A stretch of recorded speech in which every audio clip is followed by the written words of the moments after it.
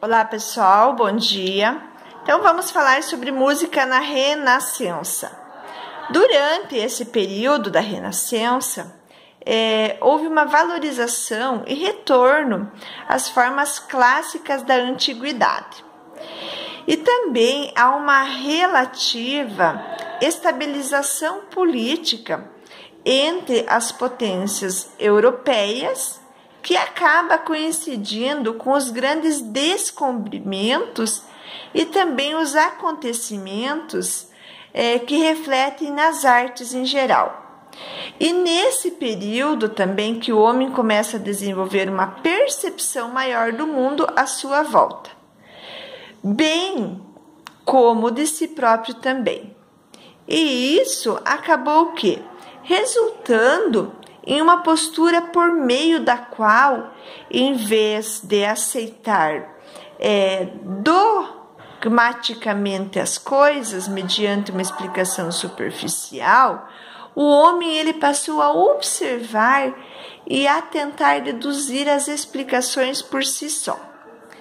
E dar ênfase também ao desenvolvimento das potencialidades humanas, que ele acabou norteando o pensamento renascentista e bem perceptível em uma nova perspectiva adotada na música.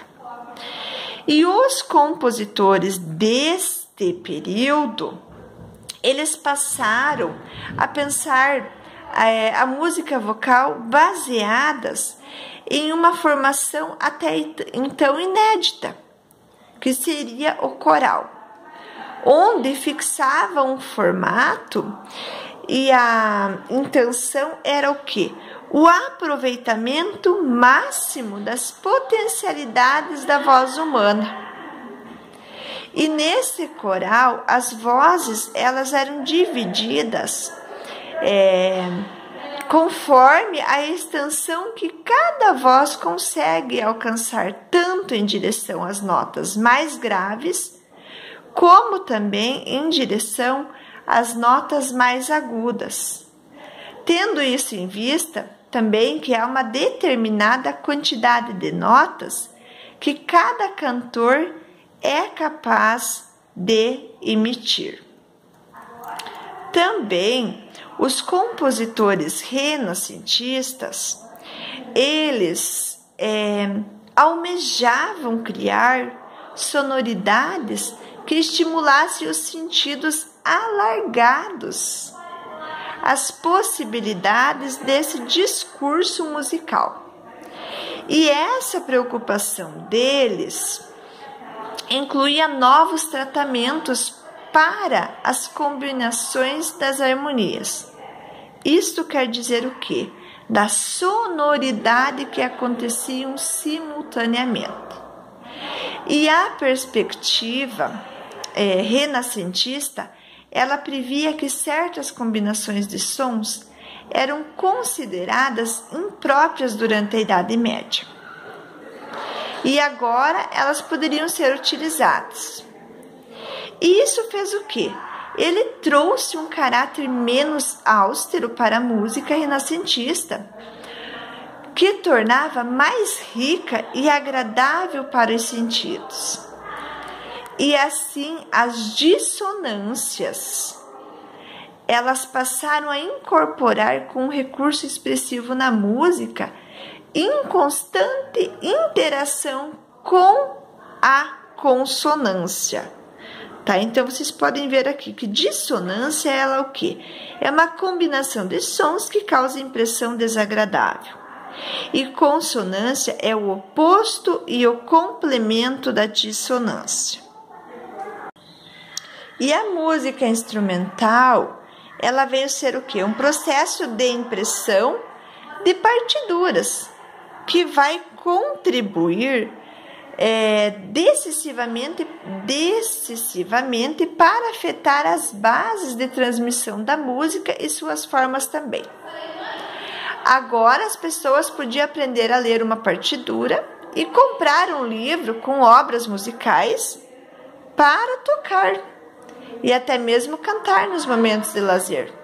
Isso fez com que estimulasse o aparecimento de um público amador E aqueles que sabiam ler música, eles podiam comprar partituras impressas de uma determinada obra, cantar e tocar em pequenos conjuntos vocais, até mesmo instrumentais. E essa dinâmica, ela foi o quê? Ela foi responsável pelo surgimento dessas primeiras formações. Essas formações que em conjunto da música ocidental, ou consortes, que era construído por instrumento da mesma família.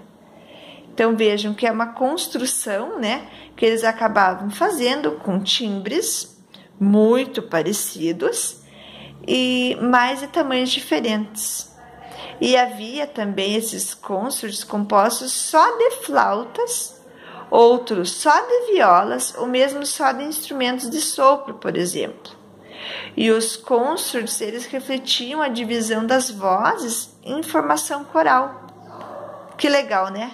Eram com instrumentos mais graves e mais agudos. Eles interagiam para criar uma sonoridade homogênea e cheia.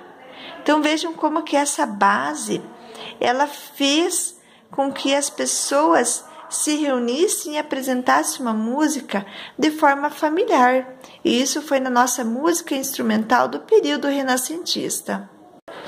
Nessa imagem aqui, vocês podem observar o desenvolvimento das famílias instrumentais, que iniciou lá no Renascimento e ela acabou se intensificando cada vez mais ao longo dos séculos. E essa evolução, ela acabou continuando vinculada à divisão de vozes, segundo sua extensão, que nós já vimos, que era para o grave e agudo, e assim cada instrumento musical passou a ter sua própria família, com representante adequado,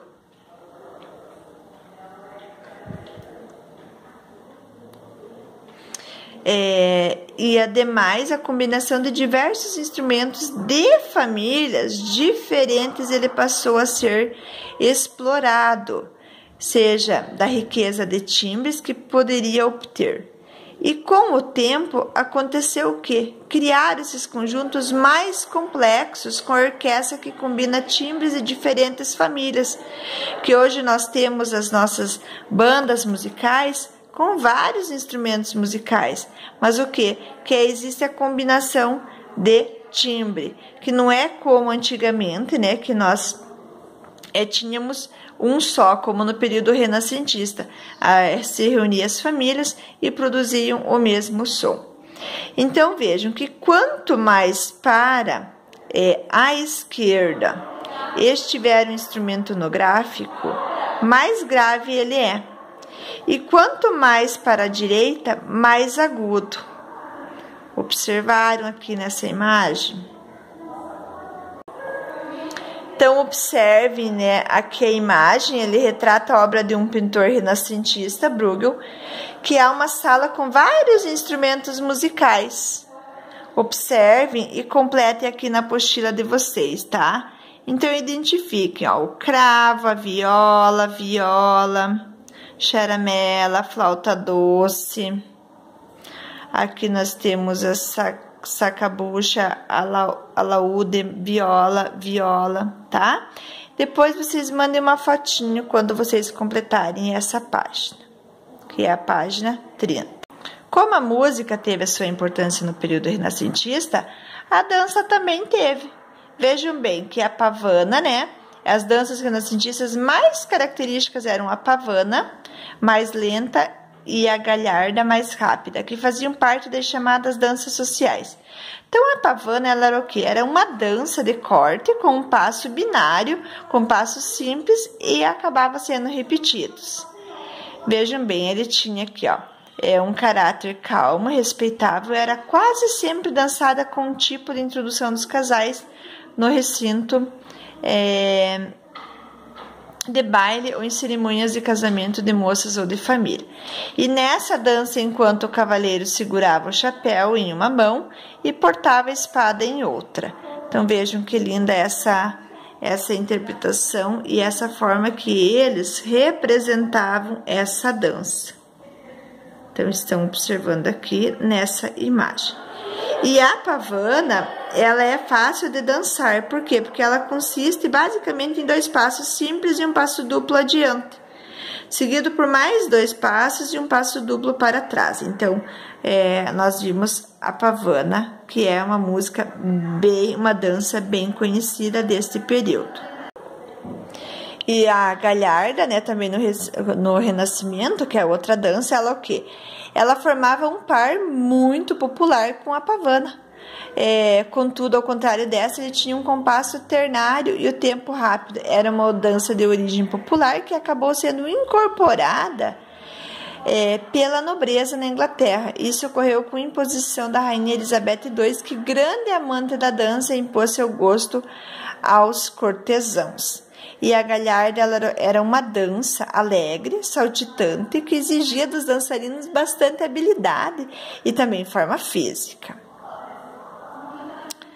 Também como a música, nós temos aqui, né, que com a popularização das danças renascentistas, houve a necessidade da criação de música especialmente para esse tipo de dança.